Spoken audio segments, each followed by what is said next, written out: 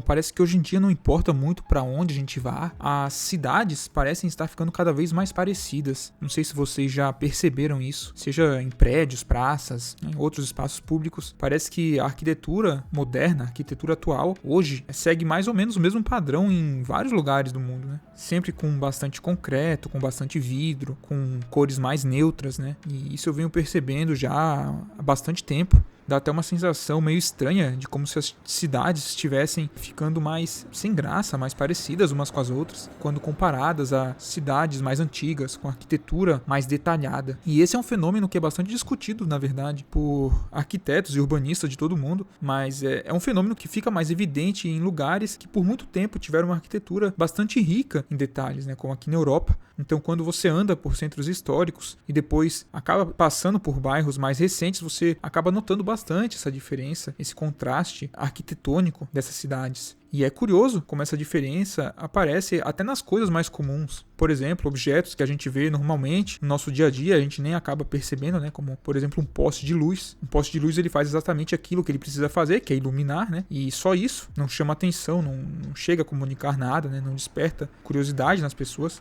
E ele simplesmente existe porque ele precisa existir, porque ele está aí para servir a sua função principal, que é iluminar. Mas se a gente parar para pensar, se a gente observar as cidades mais antigas, até esses elementos mais simples, né, mais banais, como um poste de luz, recebiam algum tipo de cuidado estético. Não porque a beleza estética fosse extremamente necessária, né, mas porque as pessoas acreditavam que o espaço público merecia isso. E até o final do século XIX as cidades eram construídas a partir de tradições locais. Cada região tinha os seus materiais próprios, né, suas técnicas de construção, seu próprio jeito de ocupar o espaço. E esse era um conhecimento acumulado ao longo de muitos séculos. Então a arquitetura, até então, era vista mais do que só como um abrigo ou só como obras de infraestrutura. Ela também era uma forma de expressão cultural de uma nação, né, de um povo. Então até a infraestrutura pública, como pontes, estações de trem, sistemas de saneamento, eles até então eram tratados como algo digno de cuidado visual em muitos lugares. Só que esse modo de pensar começou a mudar com a chegada do modernismo, do minimalismo, que foi influenciado também pela industrialização, né, pelo desenvolvimento da engenharia, que acabou tornando esses ornamentos, esses detalhes arquitetônicos mais vistos como um desperdício de recurso. E é nesse contexto que surgiu então esse estilo mais moderno, que se espalhou rapidamente pelo mundo todo, principalmente impulsionado pela globalização, né, e pela ideia de que a arquitetura ela deveria priorizar principalmente a função acima de tudo. Então prédios eles passaram a seguir uma mesma lógica, né, com superfícies lisas, com uso de concreto, de aço, de vidro. Então era uma estética mais padronizada, mais pensada para ser mais funcional e, consequentemente, isso tornou essa estética, essa arquitetura menos pertencente a um determinado local. De certa forma, nós acabamos perdendo com o tempo também parte da identidade única de cada lugar por essa mudança na arquitetura que começou a se difundir para vários lugares do mundo. Então houve essa perda de identidade e, de certa forma, também da cultura de algumas nações por conta dessa padronização global da arquitetura moderna. Então, o fato é que quando você elimina referências culturais e históricas, o que acaba sobrando é um edifício que poderia estar localizado em qualquer cidade do planeta, né? Então, um prédio em Londres, em São Paulo ou em Dubai pode ter praticamente a mesma aparência hoje em dia. E a cidade acaba deixando de ser uma expressão cultural e passa a ser mais um produto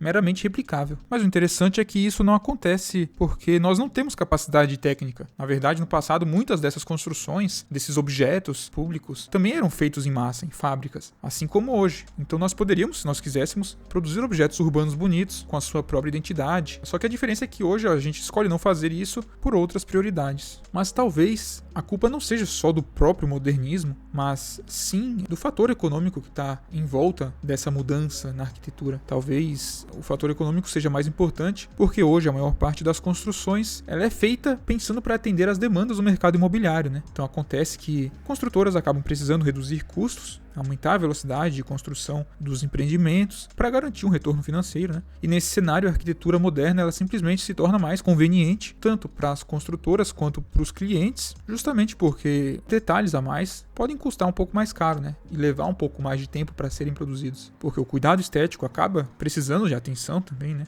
e tudo isso vira gasto extra nos olhos dos consumidores, das empresas. Mas apesar de tudo isso, eu acho que é importante a gente reconhecer que existe outra forma, sim, de enxergar o espaço público e que se as pessoas quisessem, poderiam continuar unindo o que é útil com o que é agradável e continuar proporcionando um pouco mais de beleza na vida cotidiana, mesmo que isso custe um pouco mais. No final das contas, quando você anda por uma cidade, você não está apenas olhando para prédios e para ruas, mas sim para valores e crenças de uma sociedade, né? As cidades antigas e as cidades modernas, elas não são apenas visualmente diferentes, mas elas também representam visões de mundo diferentes. E talvez a grande questão não seja escolher entre o passado e o presente, qual que é melhor e qual que é pior, mas talvez seja entender o que foi perdido pelo caminho e o que pode ser ainda recuperado.